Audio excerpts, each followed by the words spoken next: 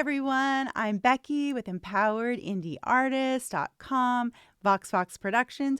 I'm a music producer, recording engineer, mix engineer.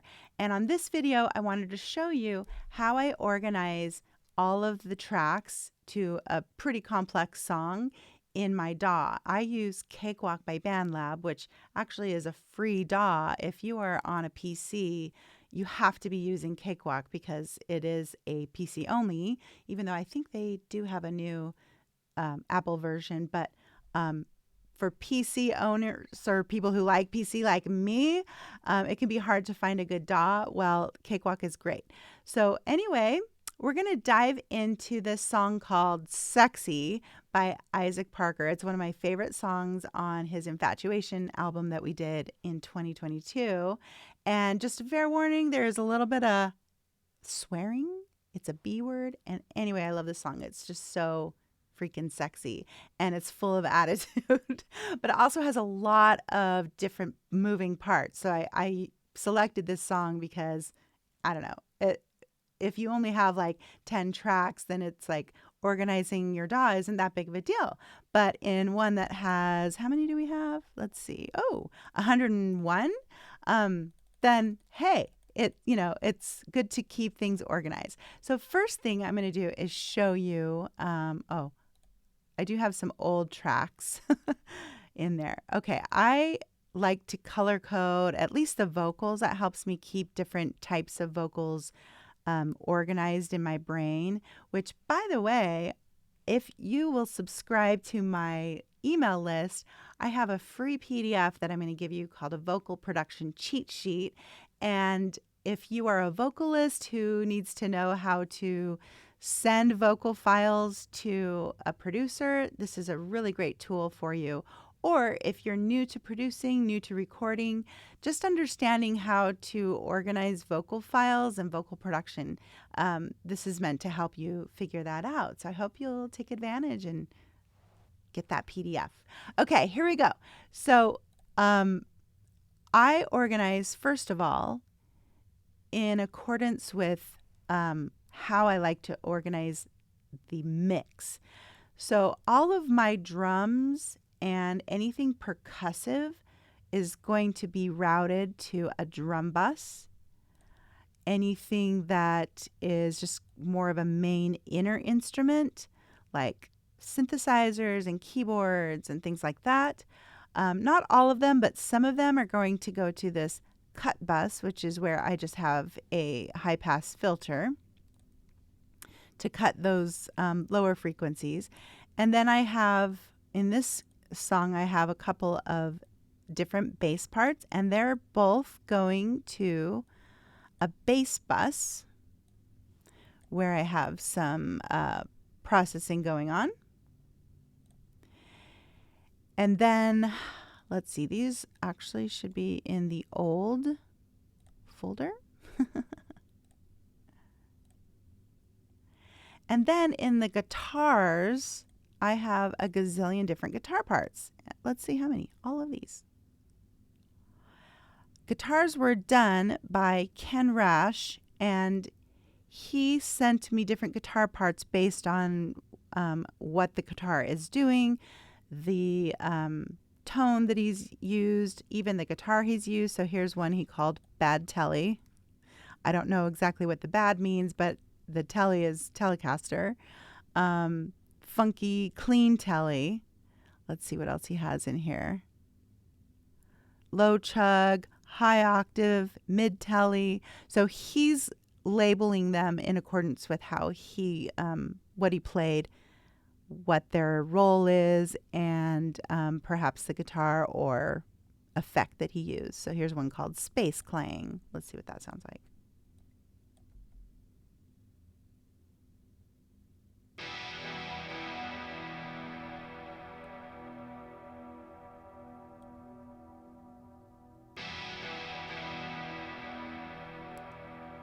So that's probably just a power chord that he hit, but it's got some kind of reverb delay thing happening.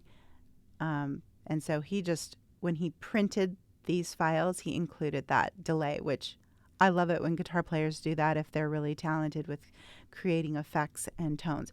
Now I have all of these guitars. I'm pretty sure every single one of them, they're going to this E-Guitars bus. And then I have effects, reverb, chorus, and a channel strip on that bus. Okay, so let's listen to a little bit.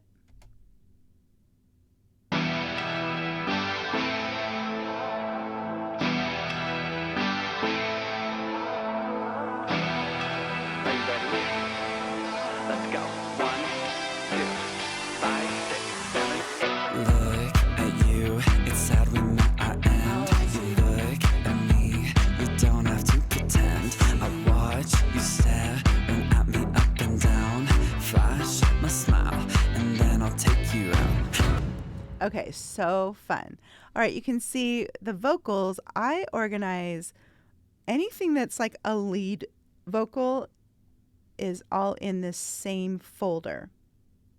And then things that are really background, I put in a background vocal. So what counts as a lead vocal versus a background?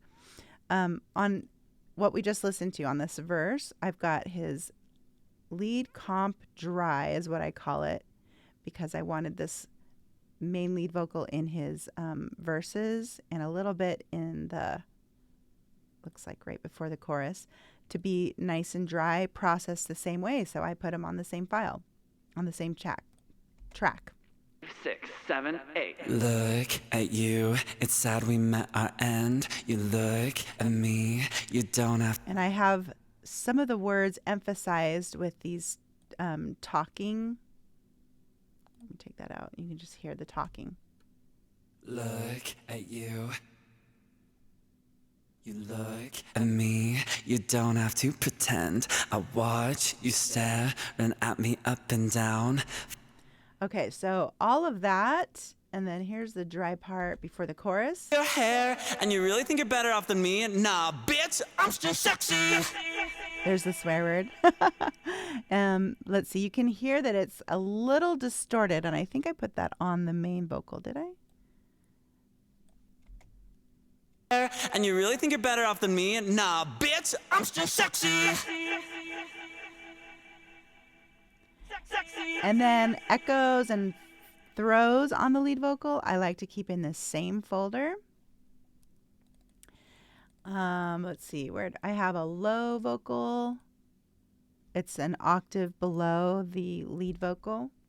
You can sit over there and you talk, talk, talk. Don't faze me, I'm a walk, walk, walk. Check my feed, but you block, block, block. Singing la, la, la, la, la. Me in these jeans, but you walk, walk, walk. Had your chance, but you la, la, la. So sit back down, you can walk, walk, walk. Singing la, la, la, la, la. And so because they're doing the melody, even though they're doubles and octaves, I keep them in the same folder. That just helps my brain. You can do it however you want, but that's just what helps me. Anything that's more in the harmony realm, and I want them maybe a little more distant or processed differently, then I'm going to be putting them in this backing vocal bus or group. I'm so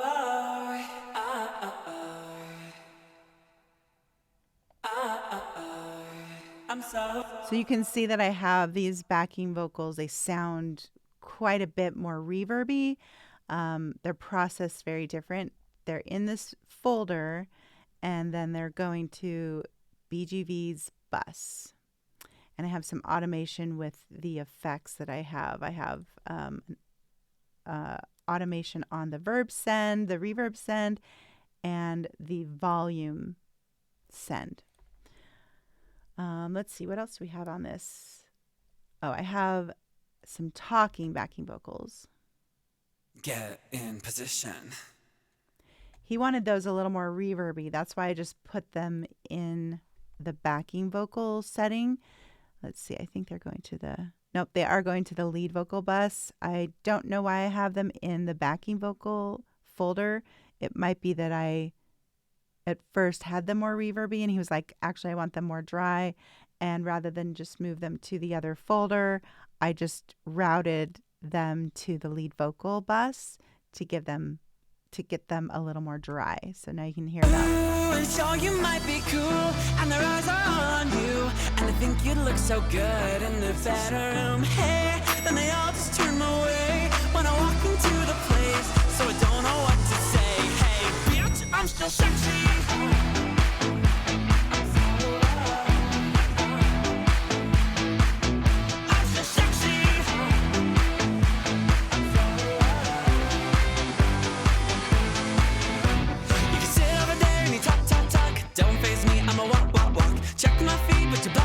Singing la la la la la. Me and these jeans, what you want. Had your chance, but you la la la. So sit back down, you can walk. Singing la la la la la. Walk it, strut, walk it, shut up. Walk it, strut, walk it. Step two, strike the pose, pop it up, drop it low. Everybody in this building knows. Walk it, strike the pose. So during this section, I took a little part of a guitar riff that Ken sent me and put shaper box and drip to just make it sound kind of different. So here's dry. Totally just normal guitar. I can't remember where I took it from, but anyway, then I wanted it to sound kind of atmospheric and cool. Like, what does that sound? Like, you wouldn't even recognize it, right? Step two, strike the pose, pop it up, drop it. And so I did not put that in the guitars folder. I could have, but I just included it in the inner instruments and routed it to the cut bus so that it wouldn't be a muddy type of sound. And then what's this other one? This is like a trumpet. Again, kind of a boring sound on its own. And I just EQ'd it, added some cool effects,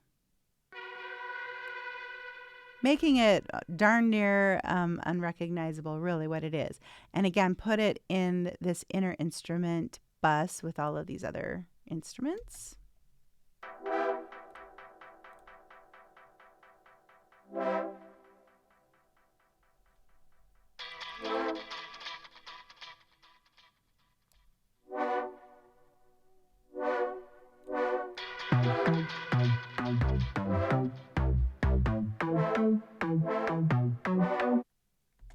So that gives you a really good idea of how I organize a somewhat complex production. I mean, it's not the craziest, but there are a lot of different things. And if you just organize them in accordance with their role, I think that helps it helps manage the chaos. If you were just looking at 100 tracks and there was no organization to them, well, I would feel really bad for you. So hopefully this was helpful. Again, I hope you'll download the PDF and subscribe to my channel because I have lots and lots of videos coming, tons of tips and ideas for independent artists and music producer hopefuls, vocal producers, whatever it is that you're hoping to do in the music industry as an entrepreneur. I'm here to help you. So I'll see you next time.